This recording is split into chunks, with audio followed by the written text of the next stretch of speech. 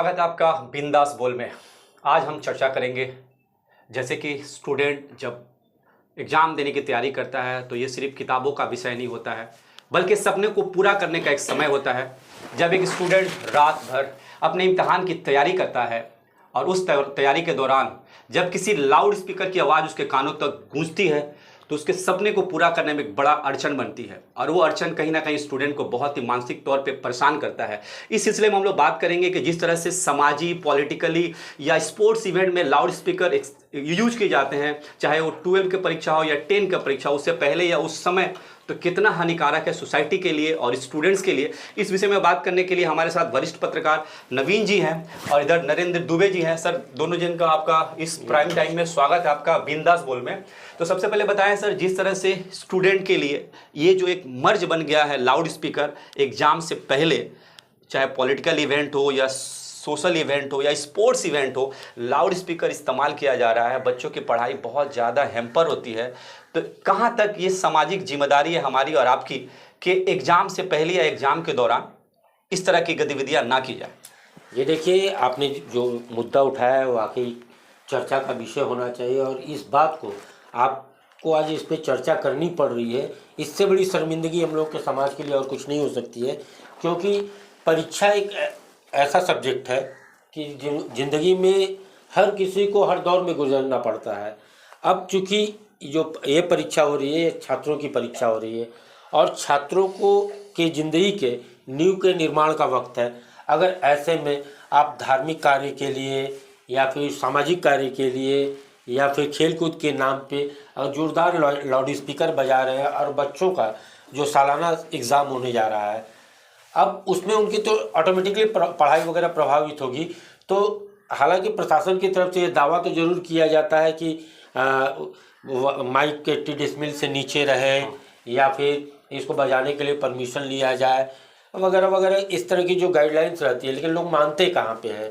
सबसे बड़ी बात तो है कि हम लोग को अपनी सामाजिक जिम्मेवारी का निर्वाह करना चाहिए कि हम लोग इस तरह का इवेंट रखें ही नहीं कि जो परीक्षा के दौरान, क्योंकि इसमें बच्चों का, उनके अभिभावक का, उनकी स्कूल का और सारे लोगों का की मेहनत जुड़ी होती है। और सबसे बड़ी बात है कि बच्चों का 1 साल का भविष्य जुड़ा होता है, जिसके साथ खिलवाड़ करने का हक किसी को नहीं दिया जा सकता।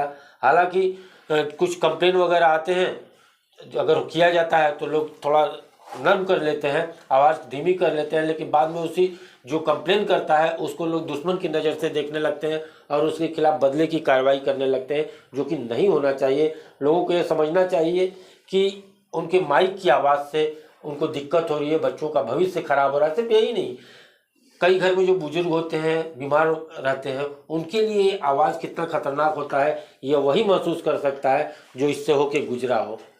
तो यही होना चाहिए कि माइक 80 डेसिबल से कम ही लोग बजाएं, एक दायरे में रहे, और परीक्षा के वक्त तो इसका बिल्कुल ही प्रयोग न करें। और प्रशासन को चाहिए कि इसकी बिल्कुल इजाज़त नहीं दे, ज़रूरत पड़े तो इसमें सख्ती निपटाए। दुबे जी, इस तरह की जो गतिविधियाँ होती हैं परीक्षा के पहले, तो लोकल अथॉरिटीज़ हो या पुलिस प्रशासन हो, उसका क्या रोल होना चाहिए ताकि बच्चों का भविष्य बनाने में इस तरह की गतिविधियाँ आड़े ना आए?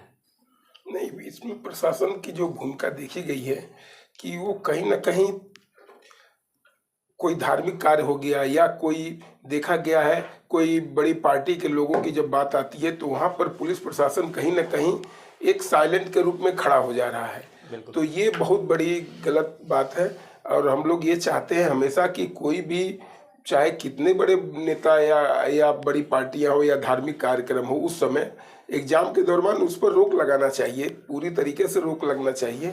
क्योंकि इस पर बच्चों पर क्या होता है कि उनकी मानसिकता में वो आवाज़ जो है जब तक गूंजती रहती है वो पढ़ाई करने में अक्षम हो जाते हैं, वो उस समय पढ़ाई नहीं कर पाते हैं और उनका ध्यान जो है कुछ समय के लिए भटक जाता है।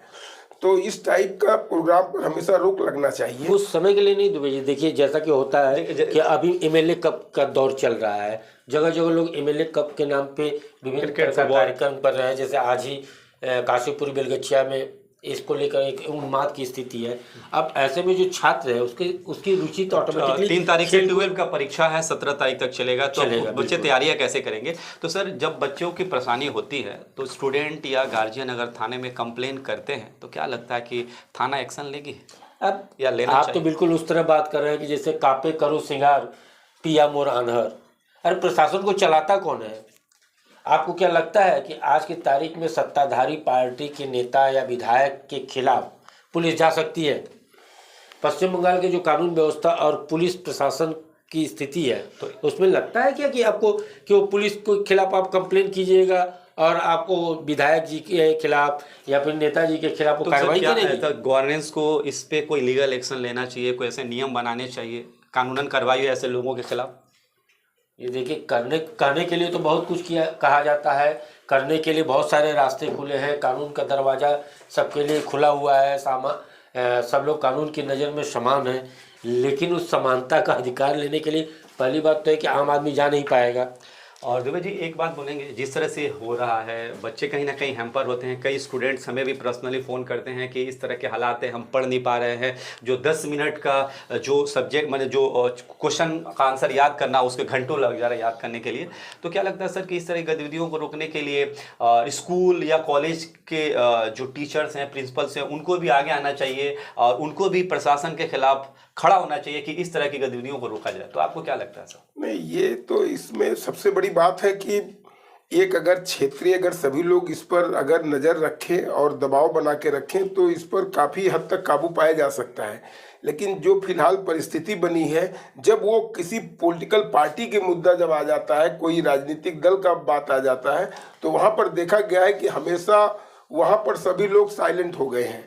वो चाहे प्रशासन के लोगों को देखा गया, वो भी कुछ नहीं बोल पा रहे हैं, या किसी धार्मिक का कोई कार्यक्रम है तो उसमें नहीं बोल पा रहे हैं, प्रशासन कुछ समय के लिए मुख्य दर्शक बन जाता है। तो ये कहीं ना कहीं बहुत गलत हो रहा है। जैसे कि और रात को 11 बजे तक 12 बजे तक देखा गया है कि परमिशन जबकि 10 बजे का रहता है, 10 बजे का 12-1 बजे तक बजा कर रहा है।